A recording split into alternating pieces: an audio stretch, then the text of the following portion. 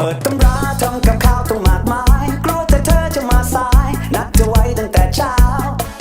หากจะกินคนเดียวก็ต้องเหงาเธอจะรู้บ้างหรือเปล่าอยากให้เธอน่ะรีบมาทอดปลาทูชาบีดื้อวับทำไข่เจียวไว้ต้อนรับแกงก็เป็นไม่หนักหนาก็คงรอแต่เธอให้รีบมากินกับเธอจะดีกว่าอาจจะดีที่หัวใจเพลงก็มีอะไรก็ดีแต่เธอยังไม่มาปลาก็มีจะปูก็ดีแต่เธอน่ะไปไหน